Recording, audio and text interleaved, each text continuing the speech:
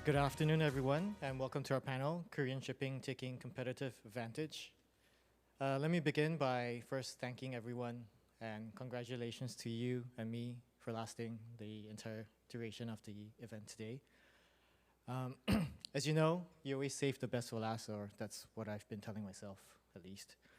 I am Ricky Kim, a partner at Watson Farley and Williams, based in our Seoul office. And joining me is, to my left, Woon Yong from MSI, Vineet Puri from Citibank Hong Kong, Jung founder and CEO of Waterline Partners, and lastly, Simon Stokes from Arrow Shipbrokers. Our panel discussion today seems like a general summary of what we've been discussing throughout the duration of today. So I hope this session will be a good recap of the general theme that was discussed in this year's Marine Money Busan event. So allow me to recap very quickly. Here are some of the takeaways from the previous sessions. Geopolitics is reshaping shipping. At the same time, Korea is leveraging upon shipbuilding, financing, and even AI. Perhaps something that will be a big topic in next year's Marine Money Busan event. To gain competitive edge. In today's geopolitically turbulent maritime world, where it has been discussed today, obviously, US-China tensions, disruptions like the Red Sea crisis, are reshaping global trade routes, Korea's shipping sector is uniquely positioned to thrive. With its integrated ecosystem of world-class shipbuilding capabilities, robust financing mechanisms, cutting-edge AI innovations, Korea is not just competing, but setting new benchmarks. South Korea holds about 30 to 40% of global shipbuilding orders in high-value segments like LNG carriers and eco-friendly vessels, driven by world-class builders like HT Hyundai, Samsung, and Hanwha Ocean. Even when it comes to AI, we have HT Hyundai's high-profile partnership with Palantir Technologies. The partnership has advanced the AI shipyard blueprint, aiming for 30% productivity gains and 30% faster construction by 2030 through data analytics, robotics, and predictive AI via Palantir's Foundry platform. Geopolitically, US-China tensions and sanctions on Chinese yards have shifted orders to Korea, with Korean builders securing 62% of Greek new building contracts in early 2025 amid route disruptions like the Red Sea crisis. As we've seen today, financing institutions like KEXIM and KOBC provides low-cost loans and guarantees, enabling very competitive bids.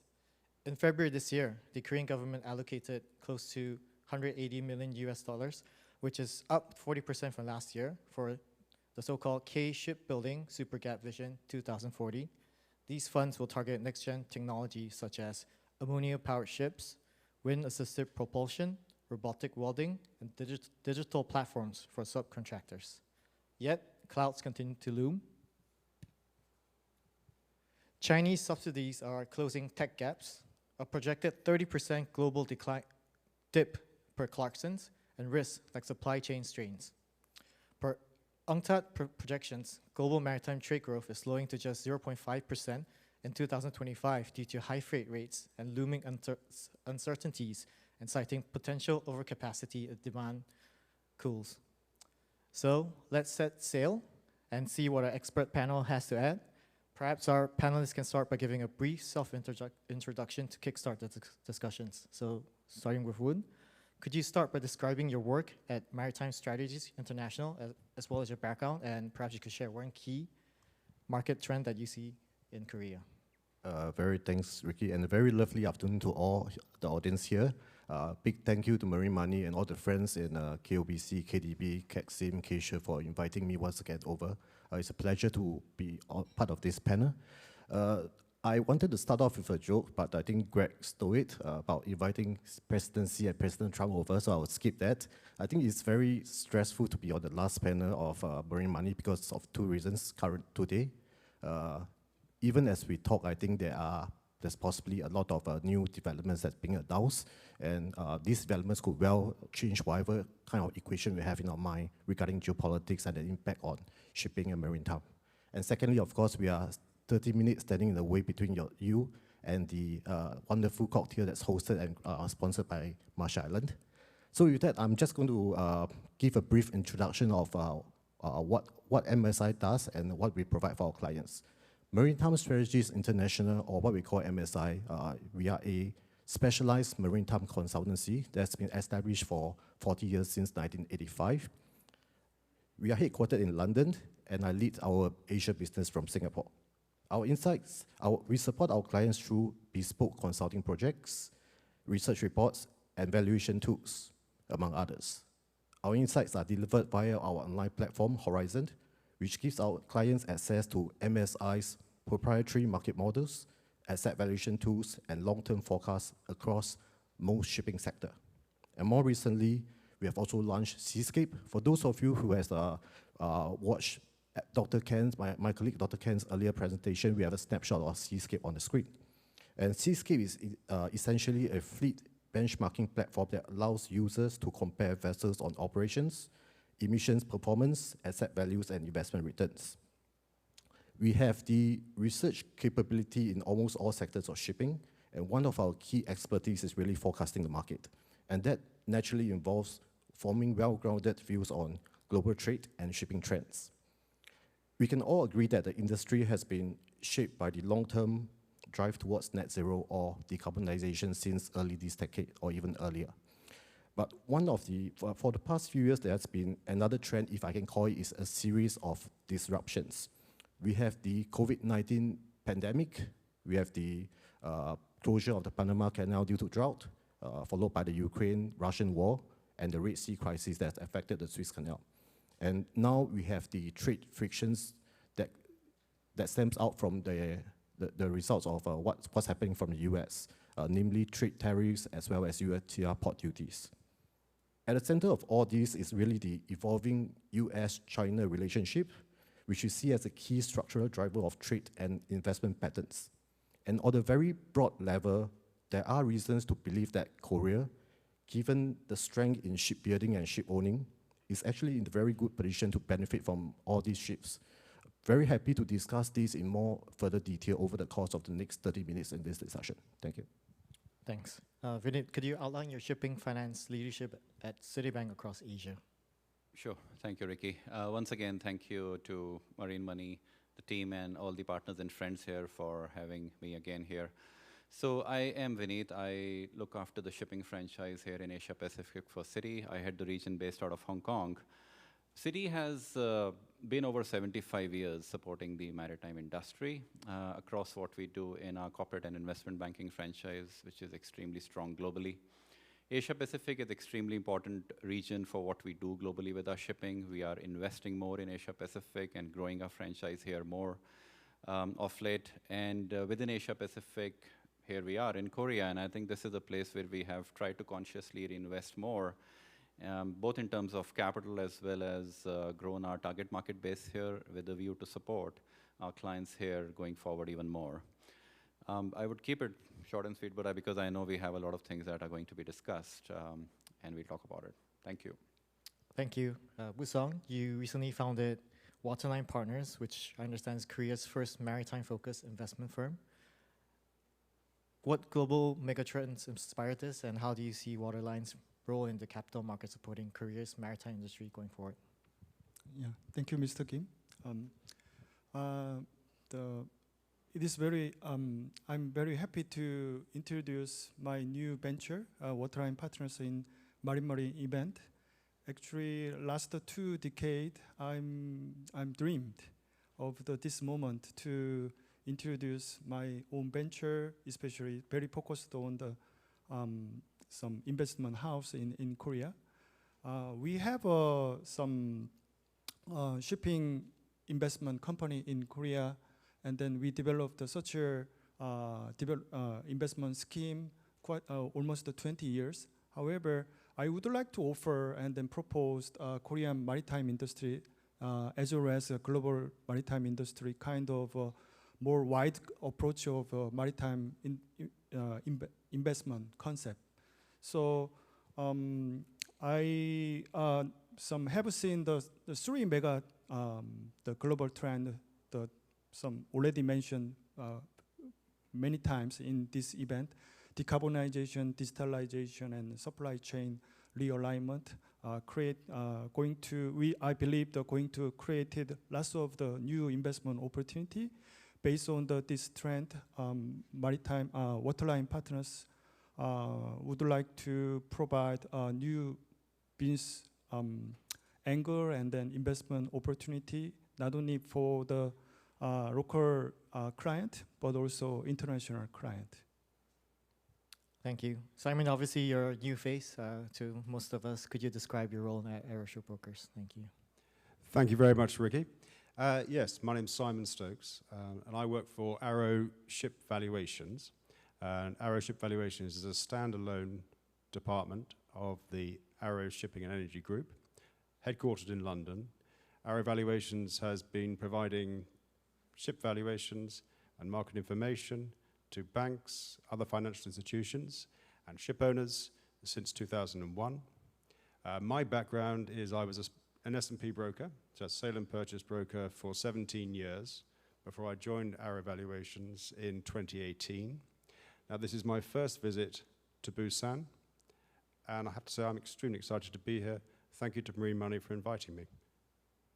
Thank you all. I know geopolitics has been discussed quite a bit, so I'll just, we'll kickstart the discussion by very briefly touching upon it, maybe starting with Woon. Woon, drawing from MSI's insights into the market, how specifically are US-China tensions and the 150 billion US MASCA task force creating opportunities for Korean shipping? Thanks, Ricky. Very good question to start off this panel discussion.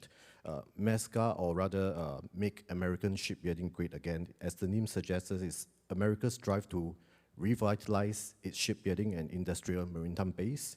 The US seeks to rebuild shipyards, invest in workforce training, encourage domestic-built vessels, and reduce reliance on foreign-built ships. This means also to indirectly reduce China's dominance in the shipbuilding sector. We can first look at the track record of American shipbuilding. American shipbuilding has delivered roughly about 85 vessels over the past 45 years, since 1980. And in its best year ever, it has delivered 9 ships. And I think given these figures, it is fair to say that it is challenging for American shipbuilding to achieve critical mass in a short or even medium term. As such, this opens up a wide range of opportunities for Korean shipbuilders who have great technical expertise in this area. The headline US 150 billion commitment by the Korean government is a big sum of money, and even as we speak, over the past 12, 24 hours, the amount seems to get even bigger and bigger, but the details remains really vague about exactly how the investment will be structured, what are the timelines that will be applied, and what portion of it is divided between commercial and defense usage. So what can we do with potentially 150 billion? Just for context with regards to shipbuilding, we estimate that you will need roughly about US 160 billion to create the same current level of shipbuilding capacity in Korea. Of course, it's unrealistic and unlikely that the entire sum of 150 billion would be utilized to directly fund shipyard investments in America. The support could come in various forms, for example, funding via ECAs, funding via the Korean governmental banks, just to name a few. And if this takes off, the positive effects of the initiative will also spill over to related services and service providers, potentially opening up new business for construction of naval ships, which is fast becoming a reality given what we have heard over the past 12 hours, and of course new clients from the American region for the Korean shipbuilding industry. We can chat a lot more about this, but just to keep a long story short, there are a lot of opportunities, yes, definitely, but the path towards it not entirely smooth, and there are definitely many execution risk points to take note of. Let me move on to Busan. Based on Waterline's cross-border investment strategy, how do MASCA Alliance create new opportunities for Korean maritime investments? Yeah, MASCA is one of a big hot topic and the main agenda at this event, I believe, already discussed many times. But regarding the MASCA agenda, I would like to say this some kind of event or this kind of some movement created new approach for the Korean shipbuilder and then Korean the shipbuilding related companies to develop the overseas business. For example, these days, Waterline partners, we are not only covering traditional the maritime investment opportunity like shipping and port and the other offshore wind side, but also very much focus on the marine equipment, marine tech area. Based on the MASCA event, the Korean marine tech company, they have a very some expectation to go abroad, and together with the Korean shipbuilders, this kind of approach going to make some new concept of business development, like a joint venture, and then also kind of they would like to some expand their business, not in the like not only U.S. but also new to production area like Vietnam and then China and even Philippine area. So this kind of movement created new capital flow from that from the Korea and especially capital market. Okay, thank you for the targeted insights. Let's just quickly move on to shipbuilding advantages. Woon, per MSI's data, how do shipbuilding backlogs through 2028 position Korea against projected 30% global order decline? I'm not too sure where you got a 30% decline, but similarly, we expect new building orders to decrease year on year till end of 2027, and perhaps forming some form of recovery progressively over the course of 2028.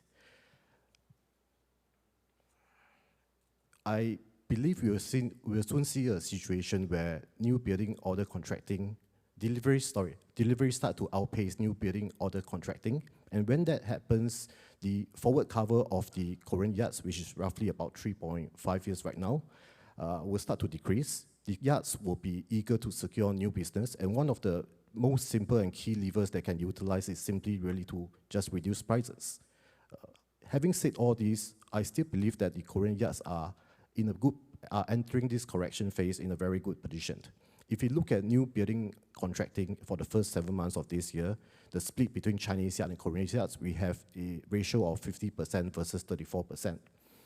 This is compared to the 74% versus 14% we have seen last year in 2024.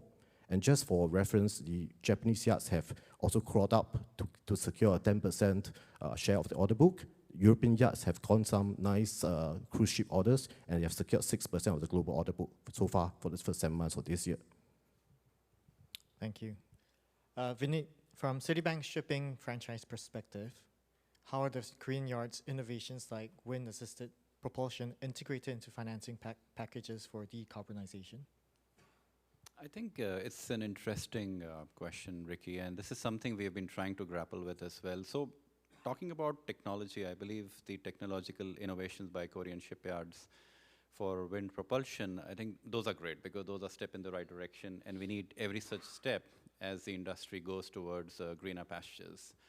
Now, as more and more of these technologies become, I would say, more mature in the market and get validated by, say, various classification societies, etc., I think it will find more acceptance with the financiers. And when we talk about acceptance with the financiers, there are like two branches to it, right? So the first branch would look at it from a new build perspective. If these technologies or propulsion systems are being installed on a new ship, then it becomes a part of the broader financing package for a new building. And that can be done in various ways, right? I mean, that can be done in the traditional ship finance way, or with the help of export credit agencies or leasing structures, or in the capital markets like we are doing. I think where it becomes tricky is when these technologies get installed on existing ships, which are already perhaps mortgaged with other lenders. This is where financiers find it a bit tricky to finance because it could well be an unsecured form of financing, given that ship is mortgaged with some other lender. And this is where I think we have spent time to develop some bespoke solutions, which we are discussing with some of our clients who have commercially installed these propulsion systems from Korean shipyards maybe and from other places as well. And that's, we are trying to discuss it more and more with our clients. So, thank you. Busan, perhaps you could give us, from an investor's viewpoint, how is the capital market assessing the competitiveness of Korean shipyards today, particularly in high value and green tech segments? Yeah, I have a chance. So far, I have a number of chance to look at the international shipping project. Also, some developed new global energy value chain project. Always the developer and then sponsor, they take into account Korean involvement, especially Korean shipbuilders. Without some support or involvement of Korean shipbuilders or Korean the marine tech company, it is very hard to make a feasible such a project in these days. So this kind of technological leadership in the Korean shipbuilding industry going to create a new opportunity in the Korean capital market. Also, one good thing is these days the Korean retail investor also looking at the Korean maritime industry very positively, which give a very strong ground for the new momentum in the new investment. Thank you.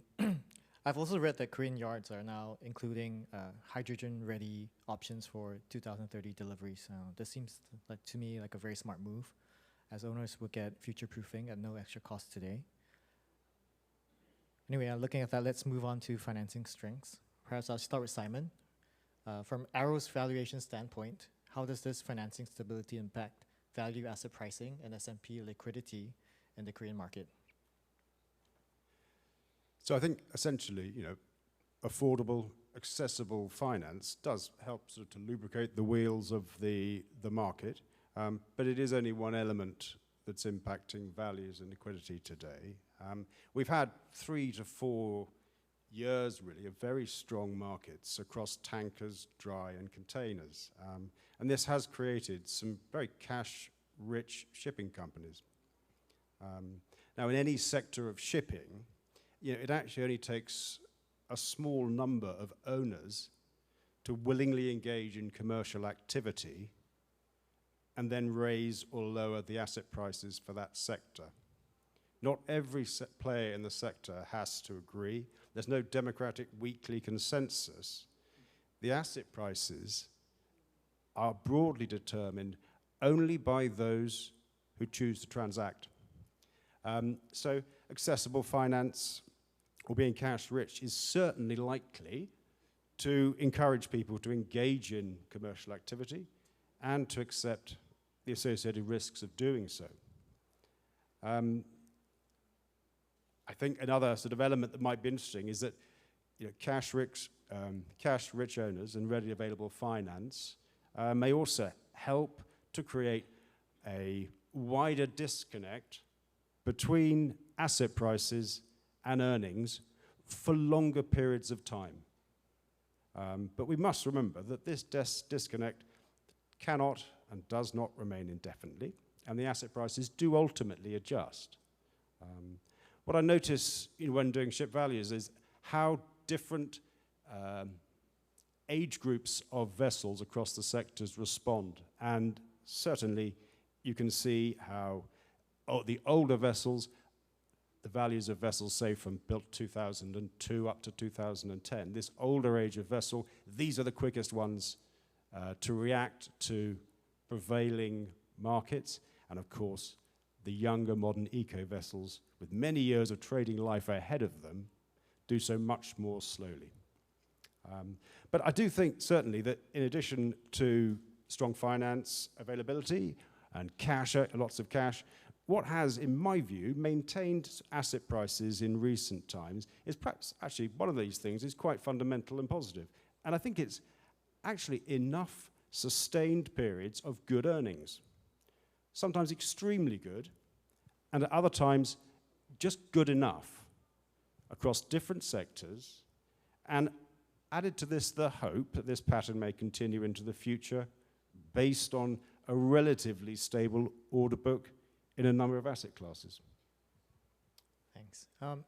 Vineet, perhaps let's go back to from a financier's perspective as Citibank's head of shipping for Asia. How specifically do Korean institutions like Exim Bank expended $8.2 billion financing and KOBC guarantee enable firms like yourself to outbid rivals in international partnerships with perhaps examples from your cross-border deals? Yeah, sure. I think these packages are extremely encouraging to support the industry. So we believe like policy institutions here, Korea Exim, KOBC, K-Shore, and the others play an extremely important role in promoting the shipbuilding here, as well as the broader logistics and supply chain networks.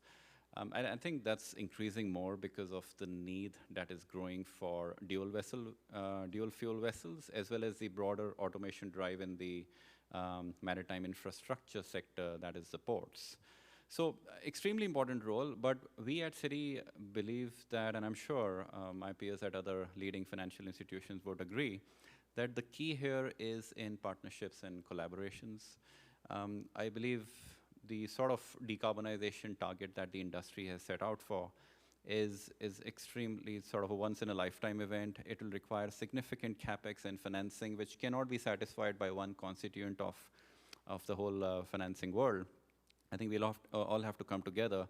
But I believe what is more important is as the needs of the industry grows and evolves, we as financial institutions together with policy institutions have to keep innovating in my view, and because some of these assets are going to be extremely expensive and may have a longer useful life. So as the technology settles in, we need to be innovative in offering better terms so that the operators and the owners can make those financing, capex decisions faster.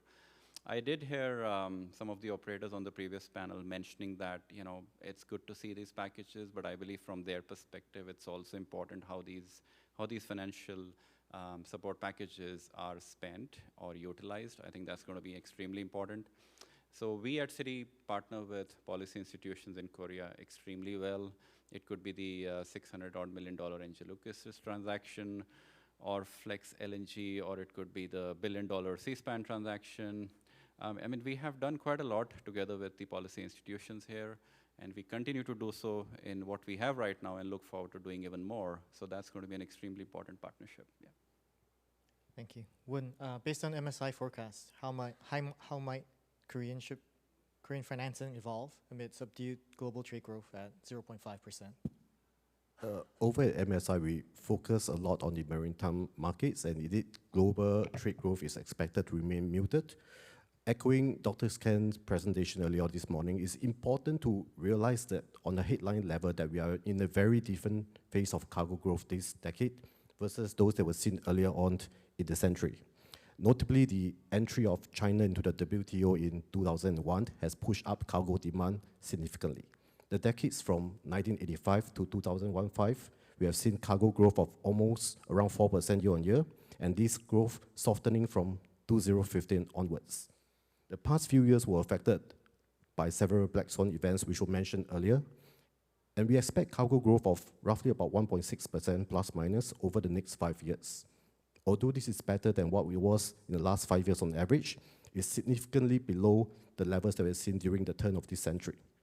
We see this as a more sustainable and stable trade growth going forward, and hence owners have also ordered ships to meet this demand. We don't specifically forecast ship financing activities, volumes, and where they come from, but we can also look at how ship finance has evolved since the early 2000s. Ship finance was provided largely by the European lenders before 2008. There was also a lot of structures involving junior loans from Korean lenders. And after the global financial crisis in 2008, the traditional European ship finance banks reduced their exposure. And we have seen a period where the Korean ECAs have stepped in via credit insurance, via financing to fill up some of the gap, and partnering with either other Korean lenders or even global banks in transactions. The earlier mentioned 150 billion push into shipbuilding support could bring the limelight back to these ECAs, and there could even be spillover interest in shipping to some of the local Korean banks who used to be much more active in this space. Already, we are already seeing some new financing being concluded by some of the domestic lenders. Given the huge number of deliveries over the next few years, it is probably back to basics for these banks, for the Korean ship financiers to grant new loans to quality counterparties, and of course at a profitable structure, perhaps even adding in much more ECA-linked transactions, and for those who are more aggressive for higher pricing, perhaps the inclusion of junior loans as well. Thank you. Busan, I was wondering whether you had any input as an investor's viewpoint before we perhaps move on to AI. Unless you want to move on to AI and technological synergies, Busan? Could you say again? Do you have? I was just wondering whether you had any input from an investor's viewpoint. If not, we'll just move on to AI. Perhaps I'll just pose the question to you on AI and technological synergies. Digitization and AI are transforming not only shipbuilding, but also maritime logistics, operations, and asset management. From an investor standpoint, how do you assess the long-term investment value and impact? So in terms of AI and the digitalization, I believe that it is not an option for the maritime player. It is very crucial part of their the normal business.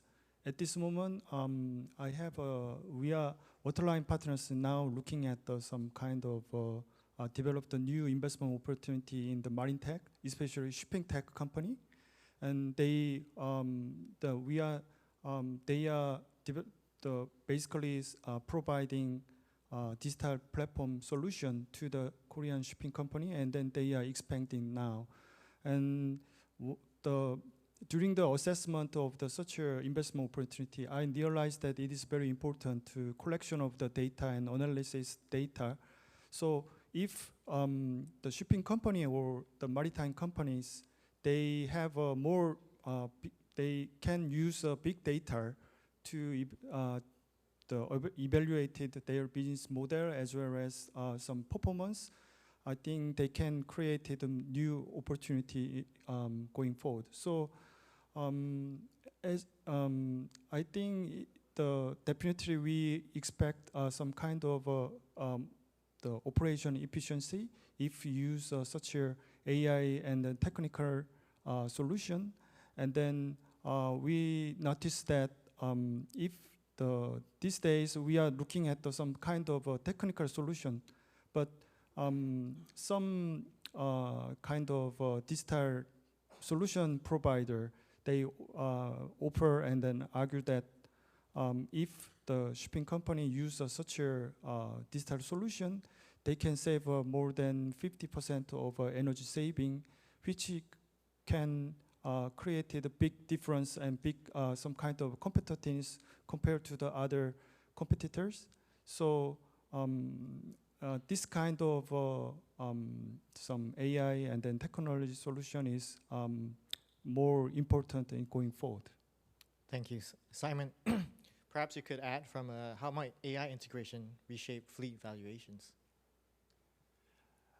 Thank you, Ricky. Yeah, I think, so first of all, I should make clear from our valuations are what would be described as a traditional, conventional ship valuing process. So I work with a company that has, I think, 15 offices worldwide, 10 teams of sale and purchase brokers.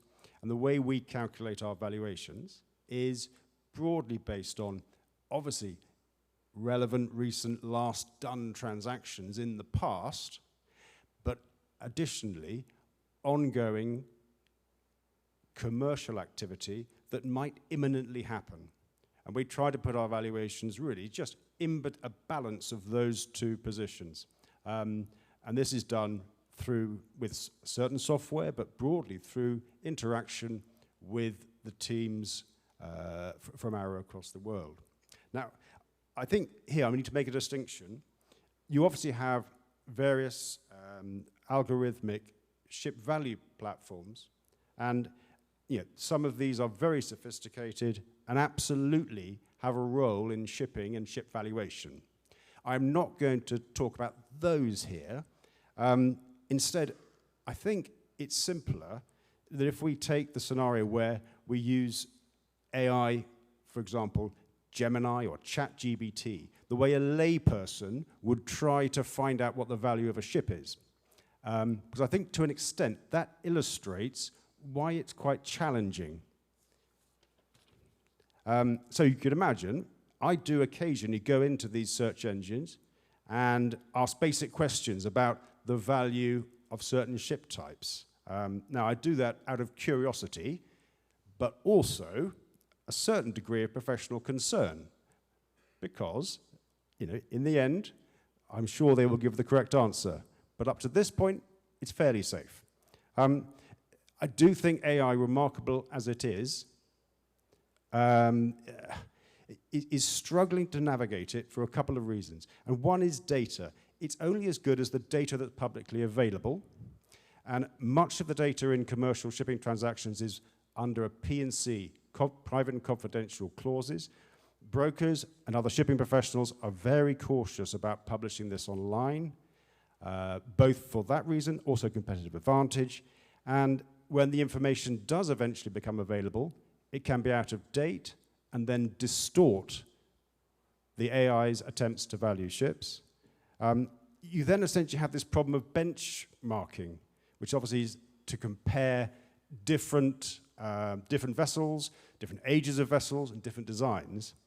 This is quite a specific skill, and at this point, AI really seems to struggle with it. But there's good reasons why. In S&P activity, this benchmarking, it's not just done by ship valuers. It's being done by human buyers and human sellers at the point of every and surrounding every transaction. And unsurprisingly, they behave in very human ways. And what that means is, with substantial variance, and occasionally quite erratically. So benchmarking is not an objective skill. It would be much easier if it was, if there was a set relationship between a ship built in 2018 and 2016, and an easy way to navigate around. But in reality, almost every person benchmarks slightly differently, based on their personal experiences, and it's extremely subjective. Buyers and sellers have different views on vessel designs.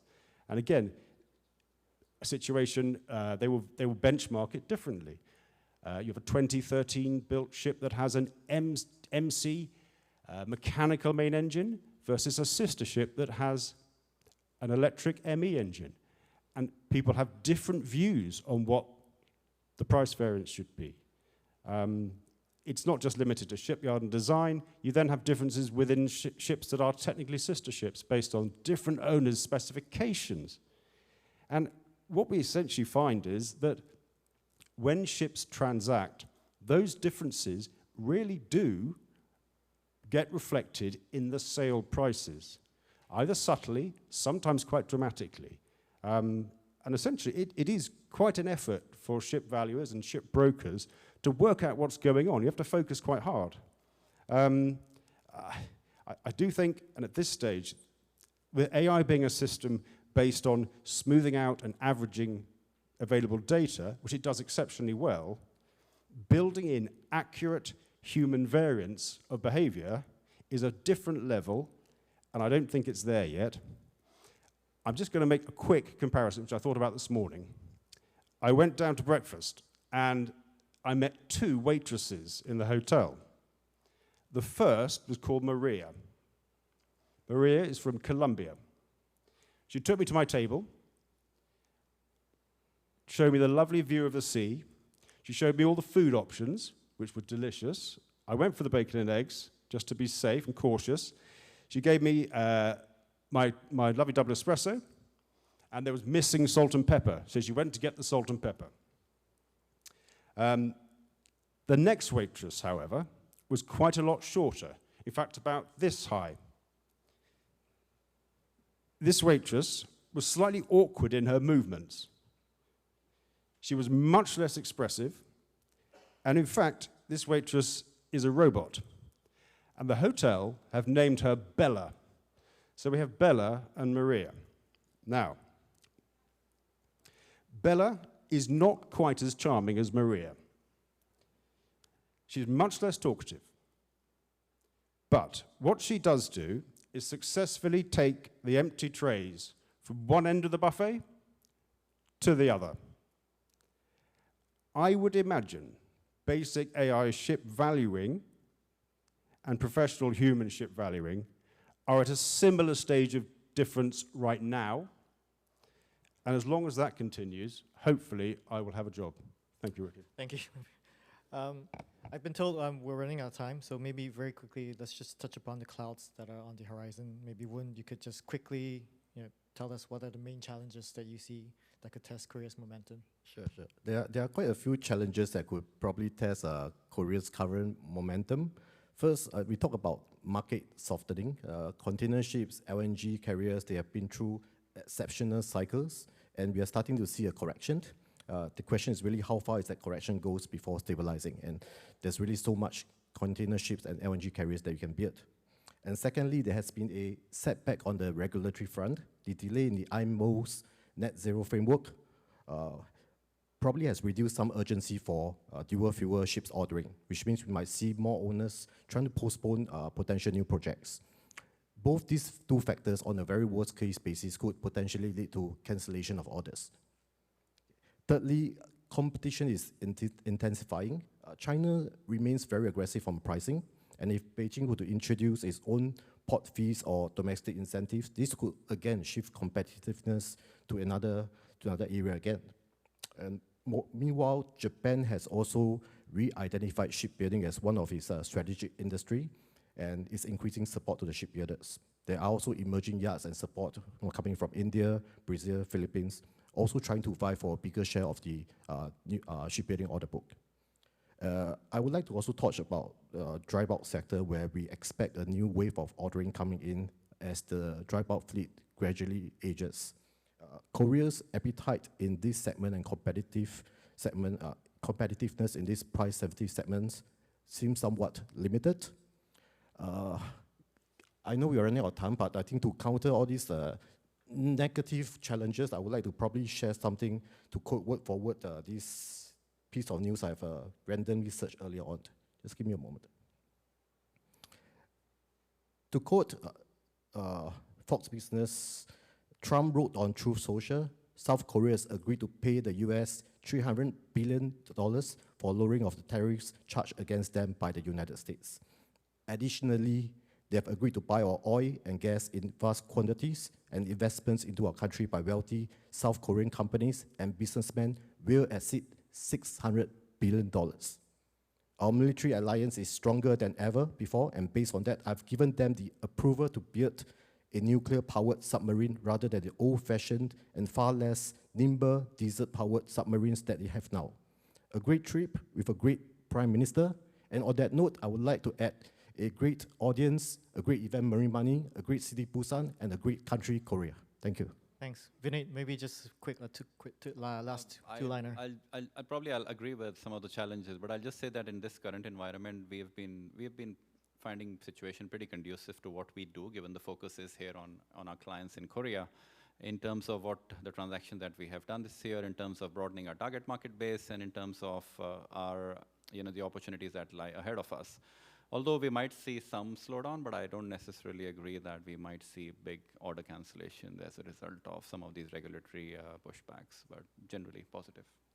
Okay, thank you. I think time's up, so I'll just wrap up. Ladies and gentlemen, based on the discussions and presentation throughout the duration of today, I think what emerges is a Korean maritime ecosystem that is high-tech, capital-intensive, and geopolitically exposed. To my panel, thank you for your insights, and to you, the audience, for listening. The next time you see a Hyundai built, Palantir optimized, Citibank financed, KOBC guaranteed, Arrow brokered, MSI valued, LNG carrier owned by perhaps SK Shipping. Hopefully that will be documented by Watson Farley. But here's the truth we know. The ecosystem is primed for success, yet it's the people actually in it, working in the industry, you and I, who will turn potential into success. None of it works without us. So you and I, the owners, brokers, bankers, analysts, lawyers, we're once in the same engine room. We share knowledge, trust each other, and Korea doesn't just compete, we lead. So let's stay connected, safe sailing. Thank you.